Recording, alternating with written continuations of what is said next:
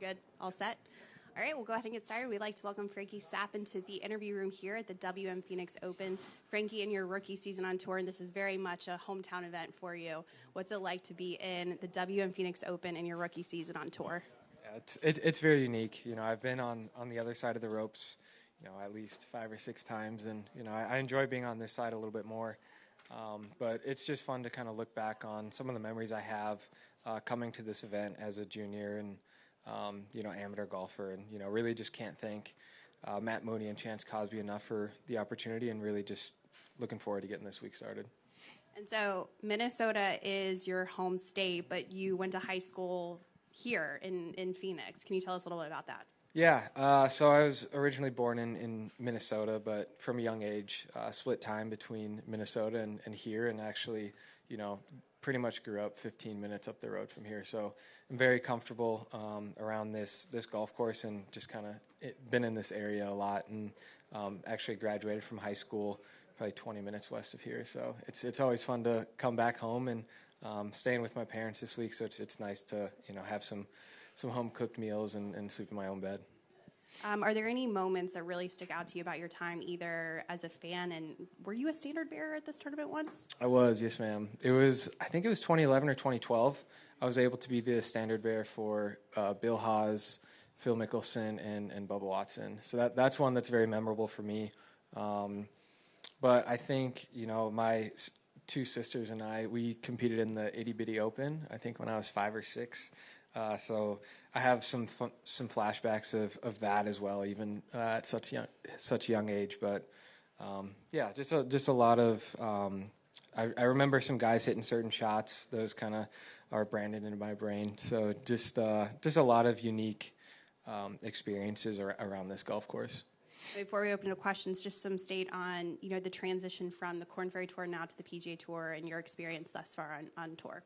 Yeah, it's been great. It's been, I think, very busy, just going from Hawaii and then over to California for a couple weeks, getting to know 3 different golf courses at the American Express, and then 2 different golf courses for Farmers Insurance Open. But it's been, a great experience so far. Been able to play the weekend in all 3 events that I've played. So I would say it's been a good start, but looking forward to just kind of stack up some more experience and get our name up there as much as possible. Great. With that, we'll open up to questions. If you have a question for Frankie, just raise your hand. We'll get a mic to you. We'll start with Kevin on the front row.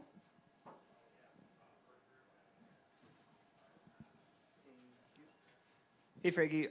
Was wondering if you can recall either the first time you played in front of fans or the first time, you were struck by people being out to watch you play golf, and what that was like.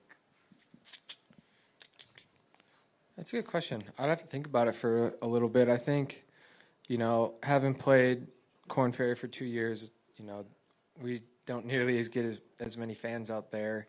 I would say probably my first U.S. Open at LACC was one of the times where, I thought, wow, this is really cool. I'm hitting golf shots with, thousands of people watching. So I would say that was probably the first time that I was able to, do my craft in front of a lot of people.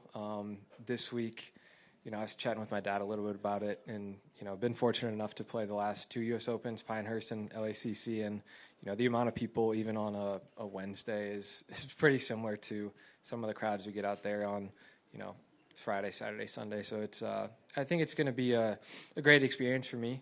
Definitely kind of newer territory, but I'm just looking forward to getting the week started. When you kind of reflected in the off season last year, look back, what's your process in terms of evaluating a year and making a roadmap for what you need to do to improve the next year? And is there anything you pinpointed for this year, I want to get better in this stat or this thing at this season on the PGA Tour? Are you talking kind of Korn Ferry season last year to this year? Yep.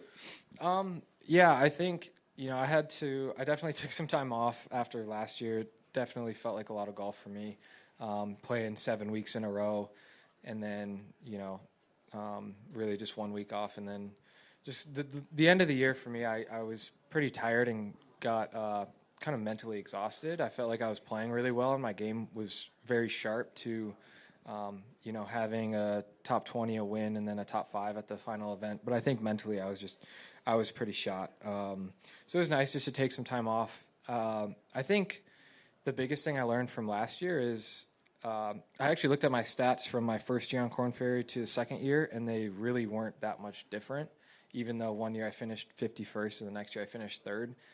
So I think the biggest thing that I took away was just kind of believing in myself, that I have the game to compete at, whatever level that may be. And, really just believing myself, trusting my game, and, not getting too far ahead of myself, really just trying to stay as present as I can in each moment and get the most out of that. What helps you stay present? Are there any techniques or tactics you use to do that? I think it's pretty easy to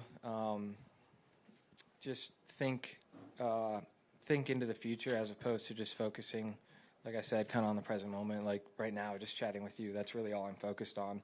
I think one thing is my faith, I think, helps a little bit with that. I think for me it's, at the end of the day, I think, I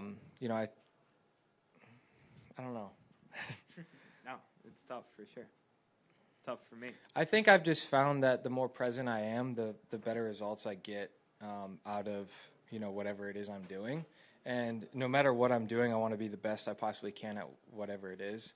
So being able to be 100% present in whatever scenario it is has just kind of lended itself to the best results for me. Go over to the right. MK? Hey, Frankie. Hi. Since this is your rookie season, pre-tournament, do you enjoy picking the brains of different players during practice rounds, or are you kind of like you want to try and figure out your own rhythm within this new realm? Yeah, I think everyone has their own process about how they do things. I was lucky enough to have a great group yesterday in the practice round. I played with Max Homa and Wyndham Clark, and as much as I want to respect their space and time and kind of what they're doing, it's the same for me too. I like to do certain things, get certain numbers, hit certain shots on the course, but I was chatting with Max a little bit on, 17, kind of how he likes to play 17, depending on some of the pin positions. I know, they get a tucked back left one, and that one seems to be a little dicey, especially as the week goes on. It gets a little crispy and firm.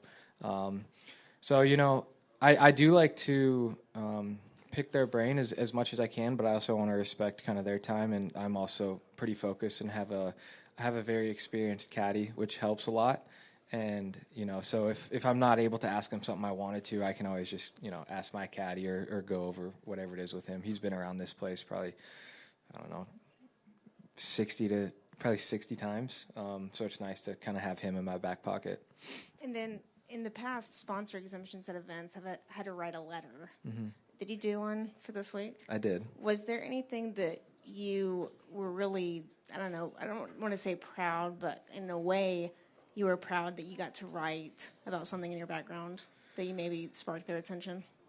Yes. I talked with, Mr. Mooney and Mr. Cosby, and they, I think Mr. Cosby emailed me after he received the letter, and he said, "This is the first time I've ever received a 4-letter handwritten, or a 4-page letter for a sponsor's exemption." So for me, that was kind of cool, but I didn't try and add unnecessary, information. I just kind of wanted them to learn a little bit about me and my past. And one of the things that I enjoyed writing about was just my experience in high school playing here.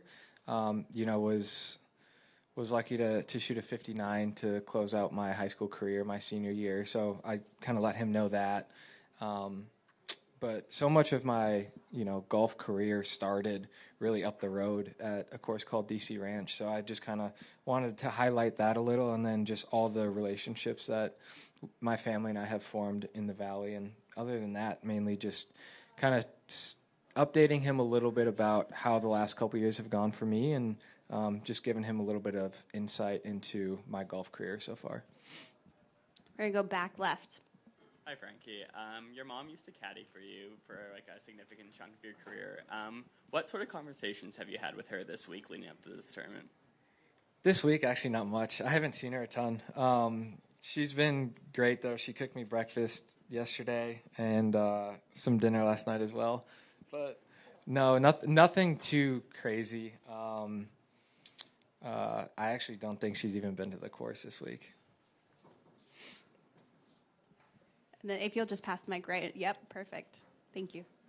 Frankie, when you say DC Ranch is where things kind of form for you, just with having grown up in Minnesota, why there? What happened there? Yeah, so I think it was 2002 or 2003, my parents, or our family started coming down here to the Valley to spend some more time. And at that point, I would have been 3 or 4 years old. And my dad already knew I loved golf and just loved being outside, loved hanging out with him. And so we joined there and were members there. So that's kind of how I was able to practice there throughout the winter and whenever we were here. When you talk about being a standard bearer and doing the itty bitty open, have you felt already, even in the practice round yesterday, kind of a surreal nature to being inside the ropes playing this week in this tournament? Yeah, there definitely is. It's very special. Was able to play in the 3M Open, not this past summer, but the summer before, and it's very unique. Being in a place that you've spent so much of your life playing in a PGA Tour event. Right up the road is very unique. But I wouldn't say there hasn't really been any kind of pinch me moments. I think the more experience I've gotten playing in, out on the PGA Tour, a couple U.S. Opens, the more those fade away a little bit, and it's more just I'm really excited to compete against some of the best players in the world at a place that I feel like I know pretty well, but I've also spent a lot of time. How does what this crowd is going to feel like, especially on a back nine, how does that suit you? What do you think it's going to be like? I think for me, I like to entertain people. I enjoy when a lot of people are watching me. I think yesterday on 16, I actually made birdie on 16, and I know the stands weren't nearly as full as what they're going to be on, come Friday, Saturday, Sunday. But, kind of making that walk, going up onto the tee box, looking around is very cool. And, I have a lot of confidence in my game and what I'm able to do with the golf ball, to where I think at the end of the day, we're all really just entertainers. So I think that's, this week it might be a little different. That's probably not why, 500, 700,000 people are here. But, for most golf tournaments, that's really what it is. It's entertainment. And I think, that's sometimes where I thrive. Thanks. And then Mike, back up front to Kevin, please.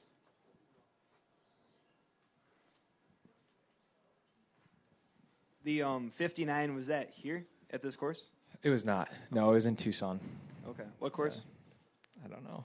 I actually forgot the name. I could look it up, though. It's they used to play, I think, a senior event there. There's 2 courses. If you text me, I'll let you know later. I appreciate it. Yeah. The itty bitty open. What's that? And what do you remember from that? Basically, you have 2 caddies, or we had 2 caddies, but it was my 2 sisters, and I think you play with plastic clubs, and it's the tournament, pretty sure, just up the road. And if you finish well, they have some sort of ceremony or things you get to do here this week. So I'll have to do some more research on that. But I do remember kind of the photos, and it's just a little golf tournament. Is that like a nearby course, or? I think so. It was 20 years ago. He was itty bitty. Yeah. He was itty bitty. Lastly, is there going to be a Vikings jersey coming out on 16, perhaps? Perhaps. Yeah, we'll have to see. All right. All right, any final questions for Frankie? All right, Frankie, thanks so much, and best of luck this week. Awesome. Thank you, Amanda.